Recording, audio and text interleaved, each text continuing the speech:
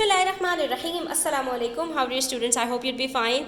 ये आपकी new Oxford modern English book 8 की last lesson of the afternoon बड़ी खूबसूरत सी पोम है डेविड हर्बर्ट लॉरेंस की, जिसके अंदर हमने वर्ड मीनिंग्स, क्वेश्चन आंसर्स वगैरह कंप्लीट कर लिए हैं।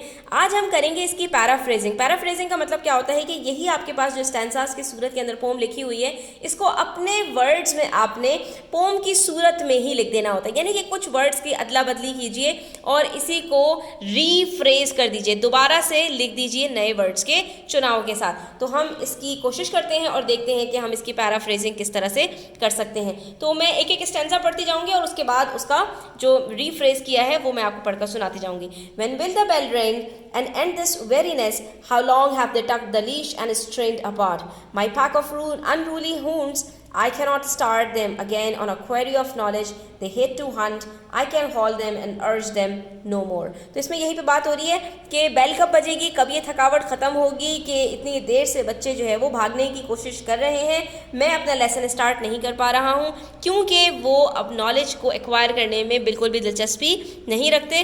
अब मैं ना उनको फोर्स कर सकता हूँ और ना ही मैं उनको इस बात की रिक्वेस्ट कर सकता हूँ क्योंकि मेरी भी बस हो गई है। तो रीफ्रेज हम किस तरह से कर सकते हैं? When will the lesson end and release over tiredness? The students are out of control and trying to run away. I cannot make such disobedient ones to learn because they are not ready to acquire the knowledge. I can neither force nor request them anymore. Next we have, no longer now can I endure the brunt of the books that lie out on the desk, a full 3 score of several insults of bloated pages and a scrawl of slovenly work that they have offered me. I'm sick, and what on earth is the good of it all? What good to them or me I cannot see. इसमें वो बताने की कोशिश कर रहे हैं कि मैं मज़ीद अब ये जो प्रेशर है बर्दाश्त नहीं कर सकता। उनकी 60 बच्चों की किताबें जो उनकी टेबल्स पर फैली हुई हैं और वो भरी हुई हैं मुख्तलिफ इंक के निशानात से और गंदी पंदी राइटिंग के साथ। उन्होंने मुझे जो काम चेक करने के लिए ऑफ़र किया है, मैं उसको देखकर परेशान हो गया हूँ और इसका क्या फ़ायदा, ना तो मुझे अपने लिए ना उनके लिए इसमें कोई फ़ायदा नज़र आ रहा है। Paraphrasing, I cannot bear the burden any further of the books of 60 students lying in front of them, filled with dirty marks and bad handwriting, so untidy that is to be checked by me. I'm tired of it and there's no benefit I can foresee for either of us at all. यानी मुझे इसमें कोई फ़ायदा नज़र नहीं आ रहा। So shall I take my last dear fuel of life to heap on my soul and kindle my will to a flame that shall consume their droves of indifference and take the toll of their insults in punishment. I will not waste my soul and my strength for this.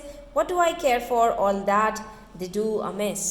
तो यहाँ पर अब जो वो हैं बहुत ज़्यादा गुस्से हो गए हैं टीचर और कह रहे हैं कि क्या मेरी जो बची कुची एनर्जी है मुझे उसको दोबारा से रीगेन करके और जो बचे हुए अंगारे हैं उनको दोबारा से दहकाना चाहिए, यानी उनके अंदर पैशन को दोबारा से उजागर करना चाहिए और अपने ये जो बची कुची आग मेरे अंदर है यानी मेरी बची कुची एनर्जी है, क्या मुझे इसको सुलगा कर जो उनकी बदतमीज़ियाँ हैं उसको खा जाना चाहिए, यानी उसको बर्दाश्त कर लेना चाहिए। और जो उन्होंने मुझे काम ऑफ़र किया है जो मेरे सामने रखा है अपने गंदे पंदे पेजेस के साथ, तो ऐसा पनिशमेंट क्या मुझे एक्सेप्ट कर लेना चाहिए?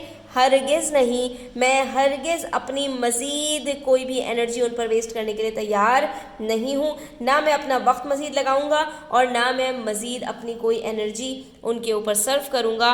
मुझे इसकी कोई परवाह नहीं है, ना ही इसका कोई फ़ायदा है, क्योंकि मुझे पता है उनकी किताबें मिस्टेक्स से भरपूर हैं और वो कुछ भी सीखने को तैयार नहीं है।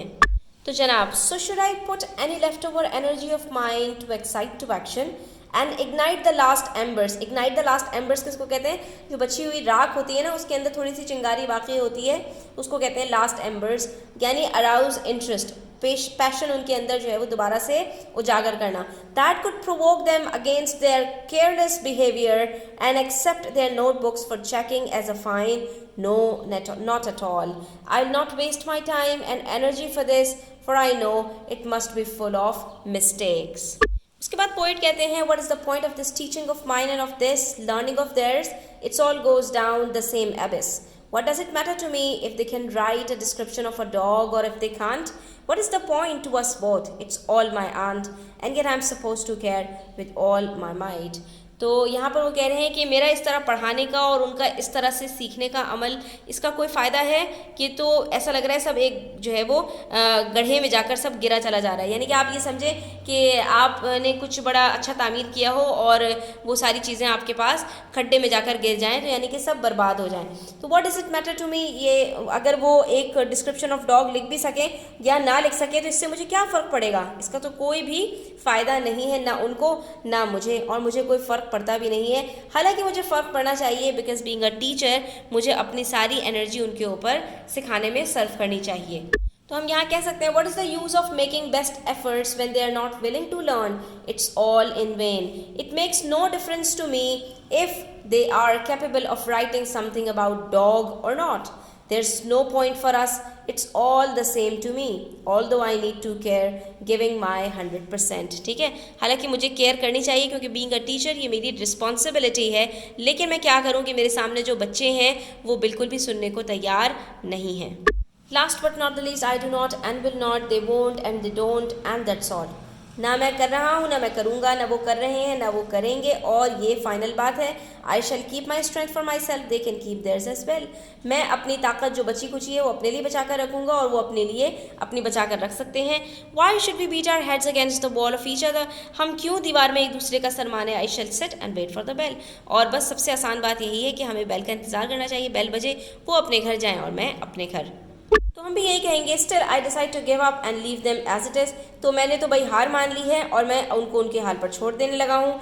आई save my energy for me and let them continue, I think it's worthless wasting each others time, so it's better to sit and wait for the bell to ring. ठीक है, तो यहाँ पर हमारी ये पैराफ्रेजिंग कंप्लीट होती है। I hope students कि आपके लिए हेल्पफुल होगी। तो वीडियो अच्छी लगी हो लाइक कीजिएगा, अपने फ्रेंड्स के साथ शेयर कीजिएगा। चैनल सब्सक्राइब नहीं किया तो सब्सक्राइब कर लीजिए, आपके लिए सिर्फ एक क्लिक है, लेकिन हमें इससे बहुत फ़ायदा होता है। अपना बहुत ख्याल रखिएगा। अल्लाह हाफिज़।